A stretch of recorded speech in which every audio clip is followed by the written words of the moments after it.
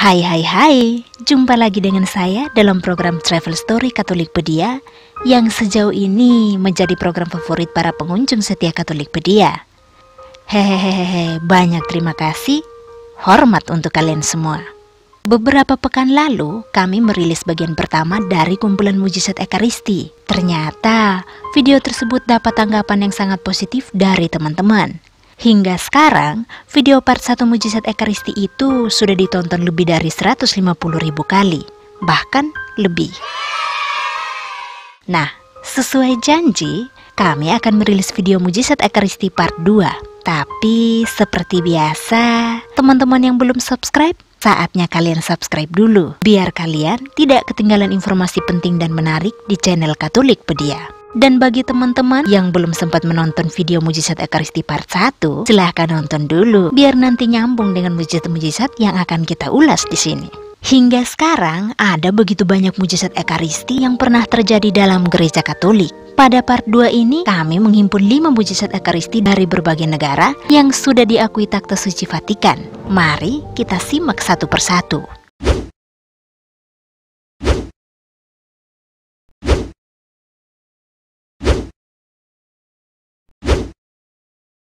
Mujizat pertama. Ketika kita membincangkan mujizat Ekaristi, rasanya belum lengkap tanpa menyebut mujizat Ekaristi yang terjadi di Lanciano, sebuah kota kecil di Italia bagian selatan. Ya, di gereja Santo Fransiskus di Lanciano pernah terjadi mujizat Ekaristi sekitar tahun 750 Masehi. Dalam misa, saat konsekrasi, anggur berubah menjadi darah dan hosti kudus berubah menjadi 5 potong daging segar. Peristiwa itu disaksikan oleh imam yang memimpin Ekaristi dan umat yang hadir. Berabad-abad kemudian, sekitar tahun 1971, setelah mendapat persetujuan dari Roma, otoritas gereja Katolik di Lanciano meminta Dr. Edward Linoli, direktur rumah sakit di Arezzo, dan profesor anatomi, histologi, kimia, dan mikroskop klinis untuk melakukan pemeriksaan ilmiah dan menyeluruh tentang peninggalan mujizat yang telah terjadi 12 abad sebelumnya itu. Pada 4 Maret 1971, para peneliti mempresentasikan laporan terperinci dari berbagai studi yang dilakukan. Hasilnya, darah dan potongan daging tersebut adalah daging asli yang terdiri dari jaringan otot miokardium. Baik darah maupun potongan daging itu mempunyai golongan darah AB yang sama dan sama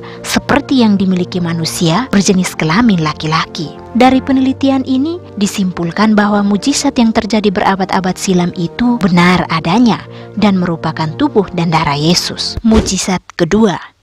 Pada tahun 1194, seorang perempuan dari Augsburg, Jerman yang punya devosi khusus kepada sakramen Maha Kudus menerima komuni suci. Saking mencintai Ekaristi, usai komuni, ia menyimpan hosti kudus ke dalam sapu tangannya untuk dibawa pulang ke rumah. Ia lalu menyimpan hosti kudus itu di dalam sebuah wadah lilin dan disimpan di dalam lemari. 5 tahun setelah itu, tepatnya pada 11 Mei 1199, perempuan itu menyesal dan mengakukan apa yang sudah ia lakukan, membawa pulang dan menyimpan hosti kudus di rumah kepada pemimpin biara Heiligen Kreuz, Pastor Berthold.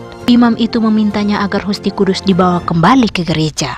Saat Pastor Berthold membuka tempat penyimpanan hosti kudus tersebut, tampak baginya segumpal daging dan darah segar. Pastor Berthold segera pergi menemui uskup setempat di kota Udalskolk untuk melaporkan peristiwa itu. Sang uskup pun meminta agar hosti kudus yang sudah berubah menjadi daging dan darah itu dibawa dan disimpan di gereja katedral. Sejak disimpan di katedral, banyak orang datang berdoa di depan hosti kudus tersebut. Beberapa waktu kemudian, atas permintaan sang uskup, hosti kudus itu dibawa kembali ke biara Heiligen Kreuz. Pada tahun 1200, Count Rechber menyumbangkan sebuah kotak perak persegi panjang dengan lubang di bagian depan untuk penempatan hosti mujizat itu. Setiap 11 Mei, pada perayaan Fest des Wunderbarlichen, yaitu pesta mujizat harta yang mengagumkan, hosti kudus ini dihormati dengan perayaan misa yang khidmat dan pakaian liturgi khusus. Mujizat ketiga.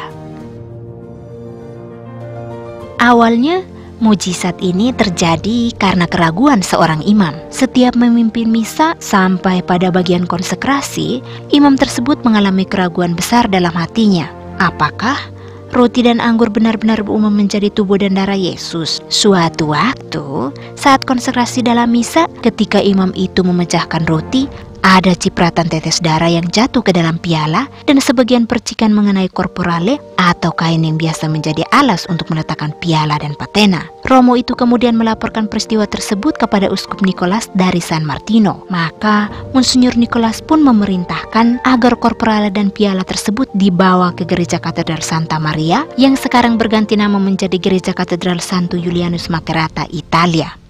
Proses penelitian dan pengakuan gereja pun segera dimulai. Pada tahun 1493, salah satu perkumpulan didirikan di Macerata untuk menghormati sakramen Maha Kudus. Dan dari sinilah praktek adorasi selama 40 jam dibentuk pada 1556.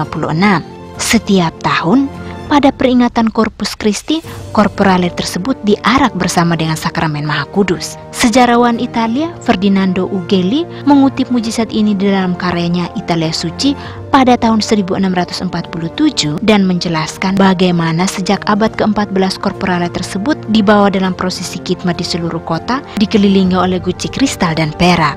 Mujizat keempat.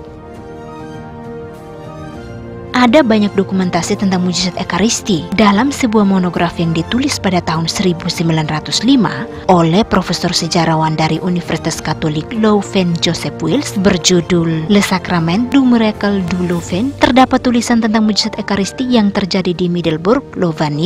Konon, di Middelburg, Louvain, hidup seorang perempuan bangsawan yang dikenal oleh semua orang karena iman dan hidup keagamaannya. Tak hanya itu, praktik spiritual yang taat itu ia tularkan kepada keluarga dan para karyawannya. Selama Prapaskah 1374, seperti yang sudah-sudah, ia mulai menjalankan laku tobat yang keras seperti misa rutin dan mengaku dosa. Sebelum Prapaskah itu, ada seorang pelayan baru bernama Jan. Pemuda ini tidak pernah mengaku dosa dan mengikuti misa bertahun-tahun. Ketika majikannya mengundang semua anggota keluarga dan para pelayannya untuk mengikuti misa, Jan tak bisa menolak.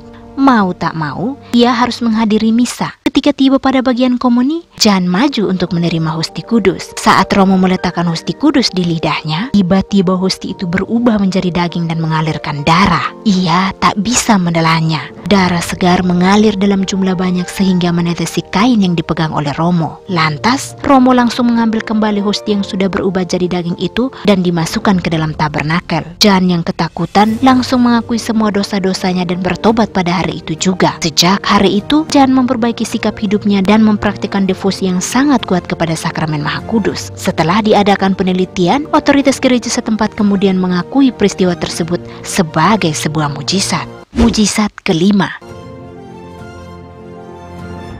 Tahun 1380, Romo Eligius van der Akker merayakan misa di gereja Santo Petrus Boxtel Hoogstraten, Belanda. Tak lama setelah konsekrasi, ia secara tidak sengaja menumpahkan anggur yang sudah dikonsekrasi tersebut di atas korporale dan kain altar. Tiba-tiba, cairan yang mengenai korporale dan kain altar tersebut berubah warna sangat merah seperti darah. Usai misa, Romo Eligius pergi ke sakristi dan mencoba mencuci noda yang ada di kedua kain itu. Tapi usahanya sia-sia. Karena tak tahu harus berbuat apa, ia menyembunyikan korporale dan kain altar tersebut di dalam koper di bawah tempat tidurnya. Ketika dia sakit sekarat, ia menceritakan peristiwa tersebut kepada bapak pengakuannya, Romo Hendrik van Merheim. Bapak pengakuannya langsung menyampaikan informasi itu kepada Kardinal Pileus yang pada waktu itu adalah utusan kerasulan Paus Urbanus ke-6 dan uskup tituler gereja Santo Praxedes. Setelah melakukan penyelidikan menyeluruh terhadap apa yang terjadi, Kardinal mengizinkan agar diadakan devosi terhadap korporale dan kain altar itu dengan menerbitkan dekret tertanggal 25 Juni 1380. Tahun 1652, kedua benda itu sempat dipindahkan ke Hoogstraten di perbatasan Belanda dan Belgia. Baru pada tahun 1924, korporale berdarah itu dibawa kembali ke kota Boxtel, sementara kain altar tetap tinggal. Setiap tahun, pada Hari Raya Tritunggal Maha Kudus, penduduk kota Boxtel menggelar prosesi khidmat untuk memperingati mujizat Ekaristi itu. Inilah mujizat Ekaristi yang pernah terjadi dalam gereja Katolik. Semoga kisah-kisah iman ini membantu kita untuk semakin menghormati dan menghayati Ekaristi yang kita terima setiap kali misa. Bagaimana pendapatmu? Silahkan tuliskan di kolom komentar. Jika berkenan, silahkan share informasi ini kepada sebanyak mungkin temanmu sebagai salah satu bentuk pewartaanmu. Jangan lupa subscribe dan like video ini sebelum pergi. Terima kasih, Tuhan memberkati.